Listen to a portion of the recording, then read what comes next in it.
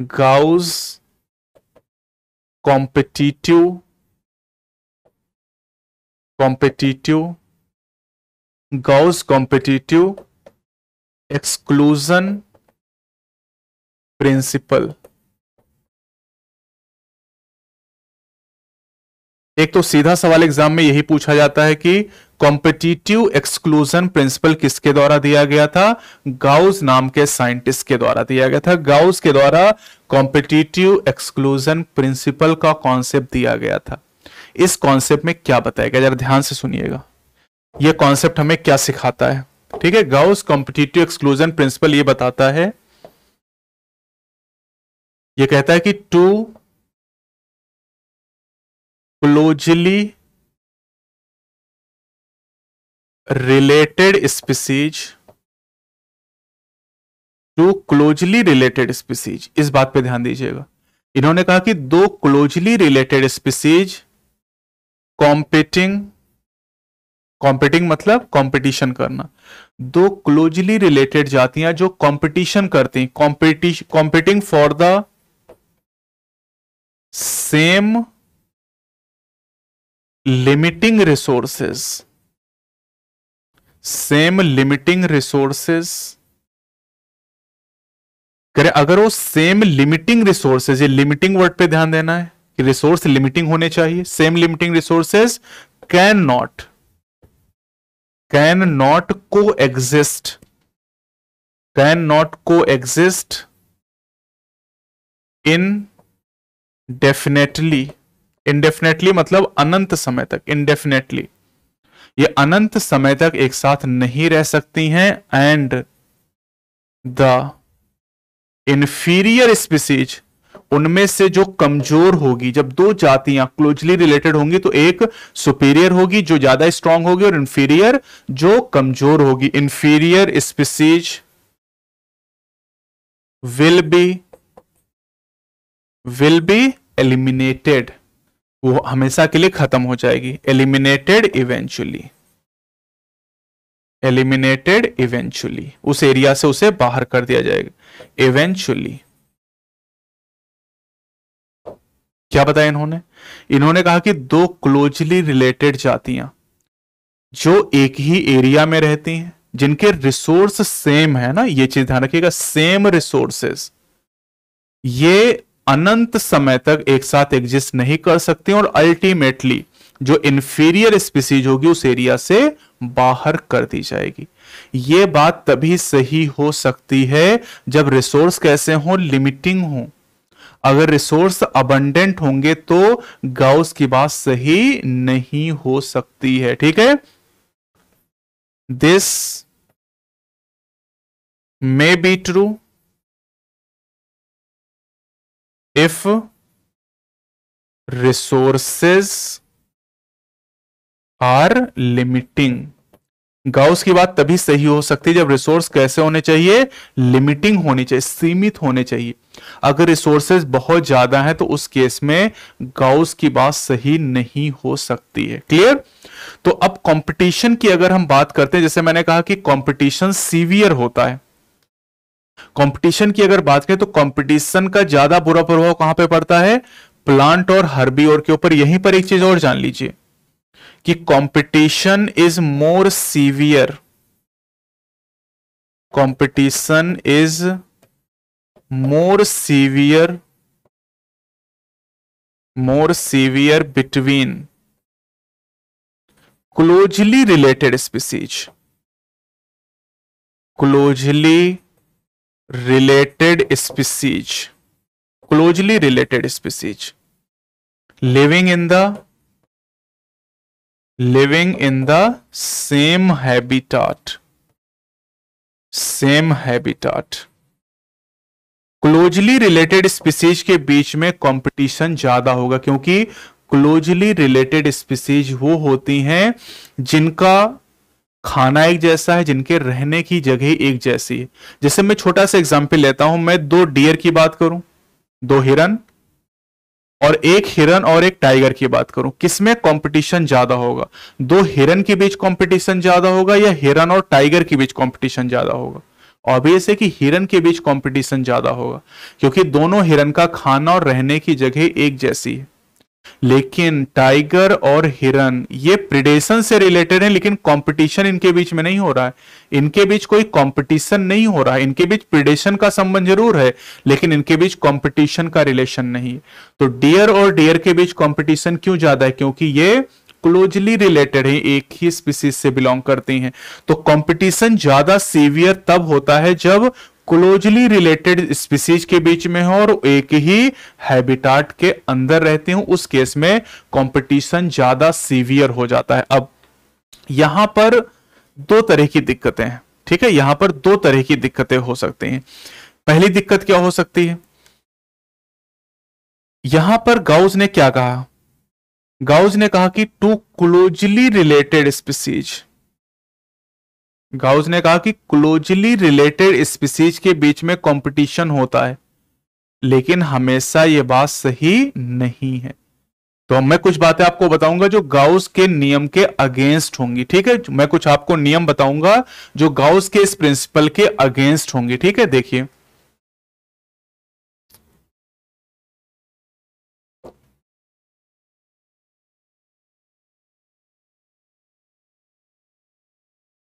Interferences against Gause principle. Gause principle में कुछ दिक्कतें हैं जिनके बारे में हम बात करें। इंटरफेरेंस का मतलब होता है रुकावट। पहली दिक्कत क्या है? पहली दिक्कत है कि गाउस ने कहा कि कंपटीशन क्लोजली रिलेटेड स्पीसीज के बीच में होगा। यह बात इन्होंने कही कि two closely related species competing for the same limiting resources. इन्होंने कहा कंपटीशन क्लोजली रिलेटेड स्पीसीज के बीच में होगा, लेकिन तो स्पीसीज जो कि क्लोजली रिलेटेड नहीं है उनमें भी कंपटीशन होता है, यानी अनरिलेटेड स्पीसीज में भी कंपटीशन होता है। अनरिलेटेड स्पीसीज, इसका एग्जांपल मैं आपको समझाता हूं। अनरिलेटेड स्पीसीज में भी कंपटीशन पाया जाता है, जैसे साउथ अमेरिकन लेक्स की बात की जाए, साउथ अमेरिकन लेक्स, कुछ साउथ अमेरिका की झीलें हैं जो ज्यादा गहरी नहीं है, शैलो। शैलो का मतलब ज्यादा गहरी ना होना। ये देखिए, ये साउथ अमेरिका की झील है जो बहुत ज्यादा गहरी नहीं है, this is shallow lake. Shallow lake. अब इस शैलो लेक के अंदर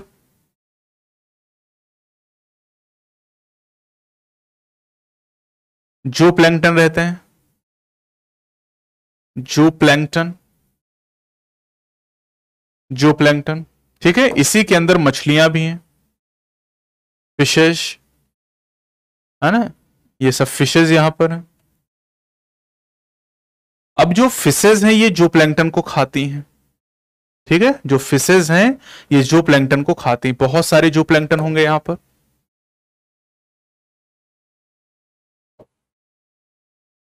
अब यहीं पर फ्लेमिंगोज नाम की एक चिड़िया भी आ जाती है, ठीक है। फ्लेमिंगोज एक चिड़िया है जो यहां पर आ जाती है, जिसका नाम क्या है? फ्लेमिंगोज। झील गहरी नहीं तो चिड़िया आके और यहां पर शिकार करना शुरू करती है, फ्लेमिंगोज। फ्लेमिंगोज, ये जो फ्लेमिंगोज हैं ये भी जो प्लैंकटन को खाना शुरू करती हैं। अब देखिए, दोनों का खाना क्या है? सेम हो गया, ठीक है। दोनों का खाना सेम हो गया। दोनों का फूड क्या है? जो प्लैंकटन।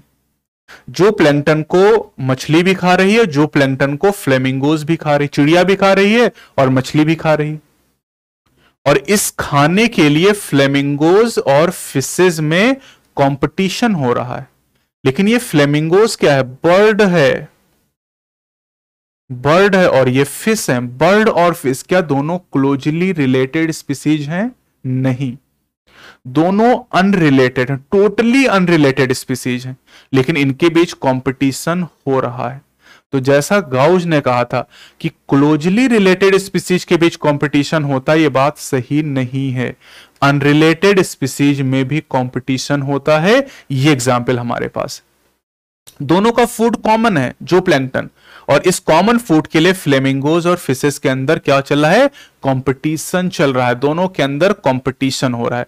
दूसरी समस्या क्या है, दूसरी समस्या यह है कि गाउस ने क्या कहा था, गाउस ने कहा था कि अगर लिमिटिंग रिसोर्सेज होंगे तब कंपटीशन होगा, लेकिन कंपटीशन होने के लिए रिसोर्स का लिमिटिंग होना जरूरी नहीं है। कभी कभी रिसोर्स होते हैं अनलिमिटिंग, अनलिमिटेड रिसोर्सेज। अनलिमिटेड वैसे कहना नहीं चाहिए, क्योंकि हमने इसी चैप्टर में पढ़ा है कि नेचर किसी भी स्पीसीज को अनलिमिटेड रिसोर्स नहीं देता है। तो अनलिमिटेड नहीं, हम इसको कह सकते हैं कि अबंडेंट, बहुत ज्यादा अबंडेंट रिसोर्सेस, अबंडेंट रिसोर्सेस। कभी कभी अबंडेंट रिसोर्स होने के बाद भी कंपटीशन होता है, झगड़ा होता है। जैसे घर में देखिए, घर में बचपन में क्या होता था, बचपन में जैसे भाई बहन सब लोग साथ में रहते थे और बिस्किट का पैकेट आया, तो बिस्किट के पैकेट से सबको खाने के लिए दिया गया, तो अपना बिस्किट क्या करते थे, दबाए रहते थे और दूसरे का छीनने की कोशिश करते थे, जबकि कोई कमी नहीं है खाने की, लेकिन उसके बाद भी झगड़ा हो रहा है। कोई कमी नहीं खाने की, लेकिन नीयत नहीं सही ना, कि हम पूरा पैकेट हम ही खा लें, लेकिन खा नहीं पाएंगे, बाद में इधर उधर पड़ा रहेगा, लेकिन नीयत नहीं सही। वही चीज यहां पर अनलिमिटेड रिसोर्स है, खाने की कोई कमी नहीं, रहने की जगह की कोई कमी नहीं, लेकिन उसके बाद भी कंपटीशन हो रहा है। इसका एग्जाम्पल हमारे पास है अनलिमिटेड रिसोर्स का, interference competition, interference competition, interference competition, interference competition. Interference का मतलब बाधा पहुंचाना, रुकावट डालना। यह कब होता है, अगर रिसोर्सेज अबंडेंट हैं, खाने की, रहने की जगह की कोई कमी नहीं है, उसके बाद भी अगर एक स्पीसीज दूसरी स्पीसीज के लिए रुकावट पैदा कर रही है, ठीक है, कुछ रुकावटें पैदा कर रही है, उसको खाने नहीं दे रही है या फिर उसको रहने नहीं दे रही, that is called interference competition. तो इंटरफेरेंस कंपटीशन भी गाउस के नियम को अपोज करता है, क्योंकि गाउस ने कहा था कि कंपटीशन तभी होगा जब रिसोर्सेज लिमिटिंग होंगे, लेकिन इंटरफेरेंस कंपटीशन में रिसोर्सेज अबंडेंट हैं, उसके बाद भी एक स्पीसीज दूसरे स्पीसीज के लिए रुकावटें पैदा कर रही है, कंपटीशन कर रही है। दो स्पीसीज कंपटीशन कर रही हैं, भले ही यहां पर रिसोर्सेज अबंडेंट हैं, खाने और रहने की कोई भी कमी यहां पर नहीं है। तो ये दो बातें हो गई जो गाउस के नियम को अपोज करते हैं। अब बात करते हैं गाउस के नियम के सपोर्ट के बारे में, ठीक है। सपोर्ट, कौन कौन सपोर्ट कर रहा है, देखिए इसको, support for Gause principle. Gause के प्रिंसिपल की सपोर्ट की बात करते हैं। सपोर्ट नंबर 1, पहला सपोर्ट हमें मिलता है अबिंगडन टॉर्टोइस से, ठीक है। पहला सपोर्ट हमें मिलता है अबिंगडन टॉर्टोइस, अबिंगडन टॉर्टोइस। कहां पाए जाते थे, गैलापैगोस आइलैंड, वही गैलापैगोस आइलैंड याद है ना, गैलापैगोस आइलैंड जहां पर डार्विन गए थे, जहां पर उनको डार्विन फिंचेस मिली थी। तो अबिंगडन टॉर्टोइस गैलापैगोस आइलैंड में पाए जाते थे। क्या खाते हैं बेचारे, घास वास खाते थे, ये घास खाते थे, पत्तियां खाते थे, छोटे छोटे पौधों को खाते थे और कई 100 साल जिंदा रहते थे। लेकिन इंसान ने क्या किया, इंसान ने गैलापैगोस आइलैंड पे बकरियों को इंट्रोड्यूस कर दिया। अब जब बकरियों को इंट्रोड्यूस कर दिया तो आप जानते हैं बकरियों के चरने की क्षमता कितनी होती है, हर समय चरती रहती हैं, हर समय मुंह चलता ही रहता है। तो बकरियां जब वहां पर भेजी गई तो बकरियां भी घास खाती थी, अबिंगडन टॉर्टोइस भी घास खाता था। लेकिन टॉर्टोइस, कछुआ तो जानते हो कितना धीरे होता है, बकरियां कितनी तेज होती हैं। तो बकरियां और टॉर्टोइस आपस में कंपटीशन शुरू हो गया घास के लिए। लेकिन कछुआ तो बेचारा स्लो था, बकरियां घास चढ़ जाती थी, अबिंगडन टॉर्टोइस को खाना ही नहीं मिला। खाना ना मिलने की वजह से इस गैलापागोस आइलैंड से जितने भी टॉर्टॉइज थे वो 10 साल के अंदर खत्म हो गए। बकरियों को वहां पर, इसके पहले ये अबिंगडन टॉर्टॉइज हजारों साल से थे वहां पर, बकरियों को गैलापागोस आइलैंड पे इंट्रोड्यूस करने के बाद 10 साल के अंदर सारे अबिंगडन टॉर्टॉइज एक्सटिंक्ट हो गए, खत्म हो गए, विलुप्त हो गए, कोई बचा ही नहीं। तो ये गाउस का नियम यही तो कहता है। अब इनका खाना और रहना सेम था ना, सेम रिसोर्स थे इनके और लिमिटिंग रिसोर्स थे, और इसमें जो सुपीरियर थी गोट, उसने इंफीरियर को उस एरिया से खत्म कर दिया। तो ये एग्जाम्पल गाउस के नियम का सपोर्ट करता है। तो अबिंगडन टॉर्टॉइज एक्सटिंक्ट हो गए, extinct with in a decade, with in a decade मतलब 10 साल के अंदर, 10 साल के अंदर सारे अबिंगडन टॉर्टॉइज खत्म हो गए। आफ्टर गोट्स वर इंट्रोड्यूस्ड, जब गोट को गैलापागोस आइलैंड में इंट्रोड्यूस किया गया, गैलापागोस आइलैंड में इंट्रोड्यूस किया गया। क्यों? ड्यू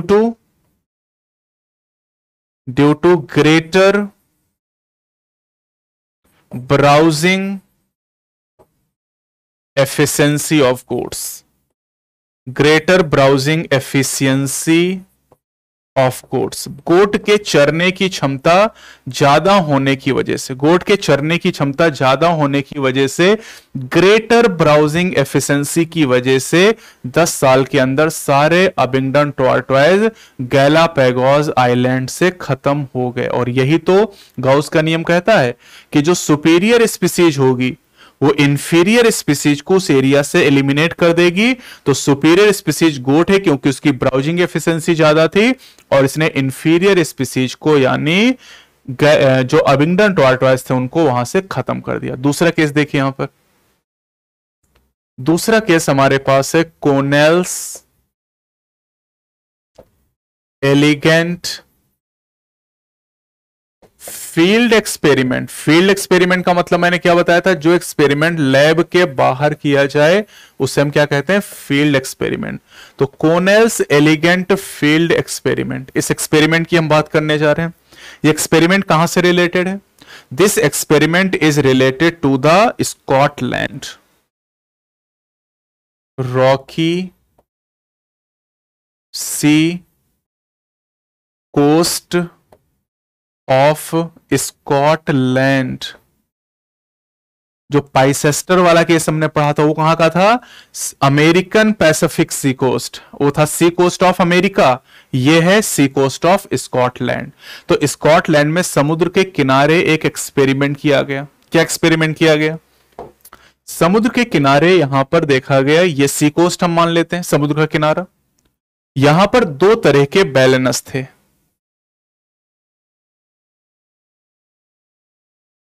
बारनेकल, बारनेकल क्या है? बारनेकल बेटा आर्थ्रोपोडा फाइलम का एक एनिमल है। जैसे आर्थ्रोपोडा में काकरोच होता है वैसे एक बैलेनस बारनेकल होते हैं, बारनेकल एनिमल होते हैं। अब इस बारनेकल की दो अलग अलग जीनस हैं। एक का नाम है बारनेकल बैलेनस, बारनेकल बैलेनस, और एक का नाम है बारनेकल चैथेमेलस।